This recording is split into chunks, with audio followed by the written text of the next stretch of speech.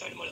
Inner diameter जे आहे की नाही त्याला व्हॅसोडायलेशन म्हणतात. म्हणजे त्याचं असं डायमीटर जे आहे की नाही तर ते तेवढं राहतं, नाही तर रक्तवाहिनी अशी बारीक बारीक बारीक होत जाते. म्हणजे जेवढं तुमचं इनर डायमीटर कमी होत जाईल की नाही हे रक्त पोकळी, तर ते तुमच्या हृदयावरती, म्हणून हे हृदयाचे आतलं जे इनर डायमीटर असतं की नाही तर ते व्हॅसोडायलेशन तर ते व्यवस्थित राहतं. एवढ्या ह्याच्यातनं रक्त जास्त जाईल का एवढ्या ह्याच्यातनं, आणि मग काय होत असतं हे आपल्या रक्तवाहिनीचे इनर डायमीटर कमी होतं का, तर नायट्रिक ऑक्साईड जसं कमी होईल तसं. आणि म्हणून आपल्या हृदयावरती ताण येत असतो रक्त पंप करण्यासाठी करत असताना. लक्षात आलं. आता इथं तुम्हाला रक्त पातळवायची गोळी वगैरे दिली जाते की नाही, रक्त पातळवायची गोळी, रक्त घट्ट होतं तर ते का, तुमच्या रक्तातली साखर वाढल्यामुळं. लक्षात आलं. मग रक्त पातळवायची गोळी कमी करायची असेल तर रक्त घट्ट का होतं, रक्तातली साखर लक्षात आलं तर ती कमी झाली पाहिजे. म्हणजे डायबिटिक असा नॉन डायबिटिक असा, आता सगळ्या लोकांना रक्त पातळवायची गोळी असते त्यांना काय डायबिटीज असतोच असं नाही आहे. मग तुमचं रक्त घट्ट का होतं तर आपल्या रक्तातली साखरेची पातळी वाढलेली असते. लक्षात आलं काय, तर रक्तातली साखर कमी करा, त्याच्यामुळेच तर तुमचं वजन पण वाढतं, त्याच्यामुळेच तुम्हाला डायबिटीज पण होतो. आणि त्या रक्तातल्या वाढलेल्या साखरेमुळेच लक्षात घ्या ही जादा साखर वाढते की नाही त्याच्यामुळेच तुमचं कोलेस्ट्रॉल वाढतं. लक्षात आलं. तर ती प्रोसेस आहे. खरं म्हटलं तर कोलेस्ट्रॉल वाढतं ते तुमचं प्राणीजन्य पदार्थामुळे कोलेस्ट्रॉल वाढतं. पण इथं तुम्हाला आता ती प्रोसेस आहे, लिव्हर थ्रू प्रोसेस असते, त्यात मी त्याची डिटेलमध्ये जात नाही. तुमच्या रक्तातली साखर तुम्ही कमी करा, लक्षात आलं, तुमचं तिकडे कोलेस्ट्रॉल पण कमी होणार आहे. आणि म्हणून ह्याला गायडन्स असतो की नाही तर तो महत्वाचा असतो. तर हे सगळ्यात महत्वाचं काय, तर तुमचा इनर डायमीटर, फ्लेक्झिबिलिटी, तर हे नायट्रिक ऑक्साईड तुमच्या रक्तवाहिन्याच्या इंडोथेलियल लेअर असते की नाही तर त्या ठिकाणी तर ते तयार होत असतं. आता ह्याच्यामध्ये कसं होतं, तुम्हाला तुमचं ब्लड प्रेशर कमी करायचं असेल, तुमचं लिपिड प्रोफाईल व्यवस्थित LDL HDL वगैरे असते की नाही तर तिथं कमी करण्यासाठी तुम्हाला एजिंग प्रोसेस स्लो डाऊन होते. एजिंग प्रोसेस शेवटी कसं आहे माहिती काय, शेवटी रक्ताच्या माध्यमातून ऑक्सिजन असू दे, न्यूट्रिशन असू दे, हे तुमच्या संपूर्ण पेशीपर्यंत पोहोचलं पाहिजे. रॅटिनोपॅथी डायबिटीसच्या लोकांना बघा डोळ्यावरती वगैरे प्रॉब्लेम होतो, लक्षात आलं. नंतर न्यूरोपॅथिक तुमच्या पायाकडे वगैरे रक्तवाहिन्या बघा त्या बारीक बारीक होत जातात, तर त्याचं कारण लक्षात घ्या. तर तिथं तुम्हाला ते तुमच्या इनर डायमीटर कमी होत असतं. मग तिथं तुमचा काय असतो, तो नायट्रिक ऑक्साईडचा फार मोठा त्या ठिकाणी रोल असतो. मग ह्या एवढ्या आपल्याला याचे फायदे आहेत की नाही किंवा काय, तर मग आपल्याला काय होतं की आपल्याला हे अनहेल्दी जेवढं आपण खातो की नाही किंवा काय, आता ब्लड सर्क्युलेट होत असताना बघा तुमचं, आता ही कन्सेप्ट लक्षात घ्या, आपल्याला रक्त जे फिरत असतं की नाही ते असं गोल गोल फिरत जात असतं, रक्तवाहिन्यातनं असं गोल गोल फिरत जात असतं. पाणी असतं की नाही, पाईप मधनं पाणी असं खालच्या लेवलनं पाणी जात असतं. पण रक्तवाहिनीमध्ये आपले रक्तवाहिनी पोकळ असते, ते गोल गोल फिरत फिरत जात असतं.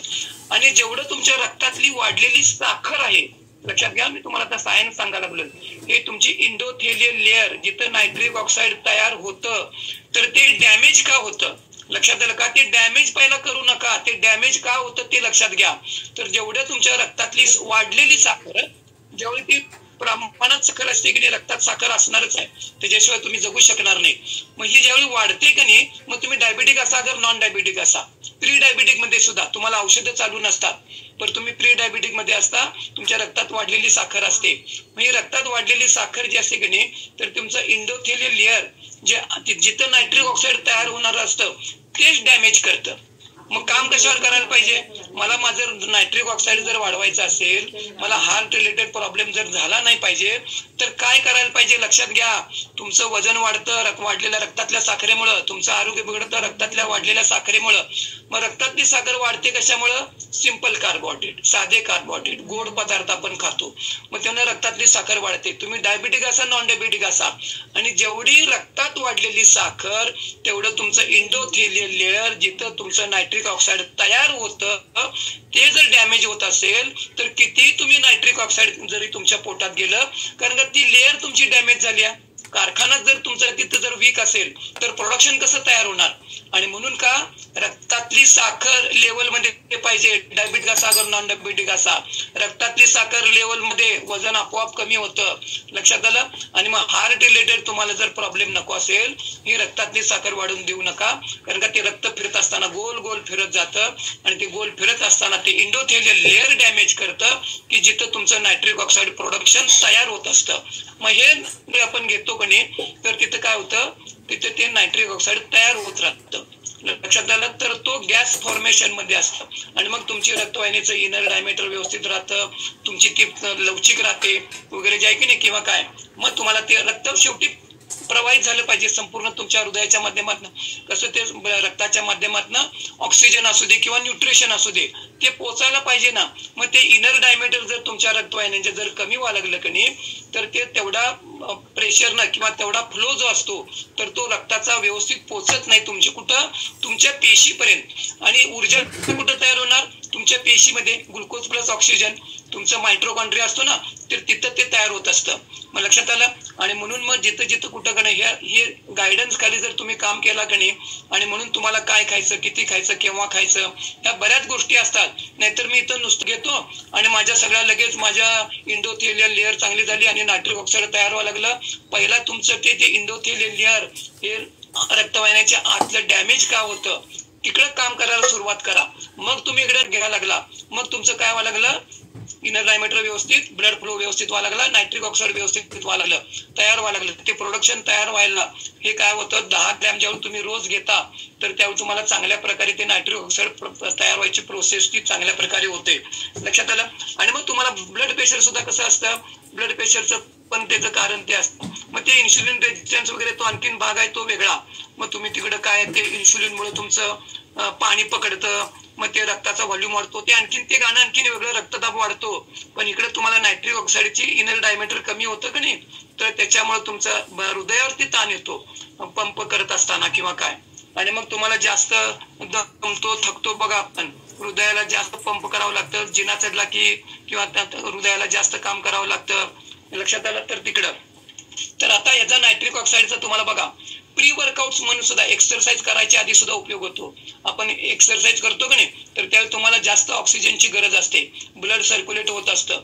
मग तिथं प्री वर्कआउट त्याला एक ड्रिंक आहे, मग त्याच्यामध्ये जे घेतो की नाही पाण्यामध्ये टाकायचं, त्याच्यामध्ये एक स्कूप नायट्रिक ऑक्साईडचा याचा टाकायचा आणि ते व्यायामाच्या आधी 15 मिनिटं घ्यायचं. मग तुमचा जो एक्सरसाइज असतो की नाही तर ते व्यवस्थित तुम्ही चांगला एनर्जेटिक करू शकता, म्हणजे मध्येच तुम्ही थकत नाही, दमत नाही. बघा वर्कआउट बॅचला कोण कोण असता, 1 तास वर्कआउट घाम बिम काढता का नाही, मग तिथं तुम्हाला शेवटपर्यंत तुमचा स्टॅमिना टिकून राहायला पाहिजे. आणि मग त्याच्यासाठी प्री वर्कआउट ड्रिंक म्हणतात त्याला. मग त्याच्यामध्ये 1 स्कूप नेहमी घेतो तसं आणि पाण्यात टाकून ते 15 मिनिटं आधी जर घेतलं तर तुमचा वर्कआउट पण चांगल्या त्या ठिकाणी होऊ शकतो, ब्लड सर्क्युलेशन व्यवस्थित होतं, इनर डायमीटर व्यवस्थित राहतं. लक्षात आलं. तर आपल्याला बघा ह्या अँगलनं तुम्हाला की नाही कुणाला ब्लड प्रेशरच्या ह्याच्यातनं बाहेर पडायचं असेल, हार्ट रिलेटेड प्रॉब्लेम असतात की नाही त्याचे बरेच हे असतं. असं बघा आपल्याला माणसाला 2 भूक असतात, त्याचा तो सुद्धा एक फायदा आहे. तुमचा नायट्रिक ऑक्साईडचे लेवल जर कमी, इरेक्टाईल डिस्फंक्शन म्हणजे पुरुषत्व कमी होतं. लक्षात आलं तर त्याचं एक कारण असतं, तर त्याचं का नायट्रिक ऑक्साईडची लेवल कमी होते. नायट्रिक ऑक्साईडची लेवल कमी झाले त्यामुळे पुरुषत्व कमी होतं. मग तिकडे सुद्धा तुम्हाला इनडायरेक्ट त्याचा आहे की नाही आपल्या सेक्शुअल पॉवर वाढण्यासाठी सुद्धा तर त्याचा सगळा तिकडे उपयोग झालेला दिसून येतो. आता बघा बीट, मग हे बीट कधी साधू संत लोक बीट खात नाहीत. बघा का खात नाहीत, त्यांना ते ब्रह्मचर्य व्रत पाळायचं असतं. लक्षात आलं. म्हणून आपले पूर्वज फार हुशार होते. मग ते साधू संत लोक हे बीट का खात नाहीत, म्हणजे त्याच्यात नायट्रिक ऑक्साईड असतं. मग आपले किती पूर्वज सायंटिफिक आहे बघा, त्याच्यामध्ये ऑक्साईड वाढतं. म्हणून तुम्हाला ते फायबर वगैरे अमुक तमुक सांगतो की नाही गायडन्स, तुम्हाला 27 फॅमिली सांगते कोशिंबीर मधनं बीट तुम्हाला गेलं पाहिजे, तिकडे फायबर पण उपयोगी पडतं. लक्षात आलं. फायबर तुम्हाला ते जातच असतं. लक्षात आलं. तर तुम्हाला हे एन्झायटी, डिप्रेशन, हे लकवा वगैरे होतो की नाही तुम्हाला, इकडे हृदयाला जसं रक्तवाहिनी कमी पडतं का नाही तसं तुमच्या मेंदूला सुद्धा रक्तपुरवठा कमी होतो. मग त्याचं सुद्धा इनर डायमीटर कमी होतं. मग पॅरालिसिस होतं की नाही तुम्हाला, अर्धांगवायू वगैरे. मग कोणाला पाहिजे अर्धांगवायू, पाहिजे कुणाला असं पाहिजे का अर्धांगवायू, मग नको असेल का नाही तर तुमच्या ब्रेनला या बाबाला सुद्धा रक्तपुरवठा व्यवस्थित झाला पाहिजे. आणि मी सांगितलं ना 30 वर्षानंतर तुमचं नायट्रिक ऑक्साईड तयार व्हायची प्रोसेस कमीच होत असते. लक्षात आलं. आणि म्हणून मग तुम्हाला त्याच्यामध्ये हे जर नको असेल की नाही कुठल्या प्रॉब्लेम, तुम्हाला हार्ट रिलेटेड प्रॉब्लेम नको असेल, हृदय विकार नको असेल, तुम्हाला मेंदूचा प्रॉब्लेम काय नको असेल, एन्झायटी डिप्रेशन नको असेल, मेंदूला रक्तपुरवठा व्यवस्थित होणं आवश्यक असतं. लक्षात आलं क्वांटिटीमध्ये. त्यामुळे इनर डायमीटर सगळीकडे व्यवस्थित पाहिजे.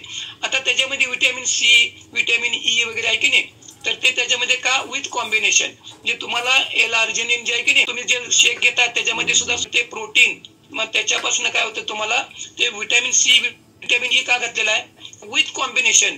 आता त्याच्यामध्ये फोलिक ऍसिड सुद्धा आहे बघा. फोलिक ऍसिड आहे की नाही 100 मिलीग्राम त्याच्यामध्ये फोलिक ऍसिड आहे. तुमचं होमोसिस्टीन, तुम्हाला हार्ट रिलेटेड प्रॉब्लेम होतो बघा, होमोसिस्टीन तुमची लेवल वाढते. मग तिथं काय होतो, कधी ब्लड तुम्हाला चेक केलं काय, होमोसिस्टीन चेक केलं काय बघा, हार्ट रिलेटेड प्रॉब्लेम आहे. मग होमोसिस्टीन का चेक करायला सांगत नाहीत, मग तिथं तुम्हाला फोलिक ऍसिड कमी पडतं. मग ह्याच्यामध्ये फोलिक ऍसिड सुद्धा आहे बघा. लक्षात आलं, फोलिक ऍसिड कमी नाही झालं पाहिजे, व्हिटॅमिन बी मध्ये आहे ते फोलिक ऍसिड. मग या ह्याच्यामध्ये फोलिक ऍसिड सुद्धा त्याच्यामध्ये टाकलेला आहे. म्हणजे हार्ट रिलेटेड तुम्हाला प्रॉब्लेम आहे की नाही, तर ते फोलिक ऍसिड विथ कॉम्बिनेशन. मग हा जो रिसर्च फॉर्म्युला आहे, लुईस इग्नारोनं काहीतरी कशात नाही काहीतरी टाकलं आणि ते नाही आहे. मग फोलिक ऍसिडचा काय रोल आहे, vitamin C, vitamin E works as a antioxidant, oxidation, free radical तयार होत असतात. मग त्याच्यामध्ये व्हिटॅमिन सी, व्हिटॅमिन ई वगैरे त्याच्यामध्ये ते टाकलेलं आहे आणि विथ कॉम्बिनेशन. आणि म्हणून तो रिसर्च 40 वर्ष रिसर्च केल्यानंतर नायट्रिक ऑक्साईड कमी होतं आणि म्हणून हार्ट रिलेटेड प्रॉब्लेम होतात. त्याच्यासाठी त्यांना तो काय दिलेला आहे, नोबेल पारितोषिक दिलेला आहे. लक्षात आलं. तर कुणाकुणाला हार्ट अटॅक नको आहे, लक्षात आलं, नको आहे, हृदयविकाराचा प्रॉब्लेम नको, मेंदूचा प्रॉब्लेम नको, तर झाल्यानंतर औषधोपचार करत बसण्यापेक्षा लक्षात घ्या, मी सांगितलं ना मला कुठलाही प्रॉब्लेम नाही तरी सुद्धा मी रोज घेतो. का तर होऊ नये म्हणून. माझं सुद्धा 67 वय आहे. तर त्याच्यामध्ये आपल्याला ह्या गायडन्स खाली जर तुम्ही काम करायला लागला ना, तर तुम्हाला मस्त विना काठी विना लाठी 100 वर्ष जगायचं सगळ्यांना. तो welcome to Shatayashi family. Okay madam.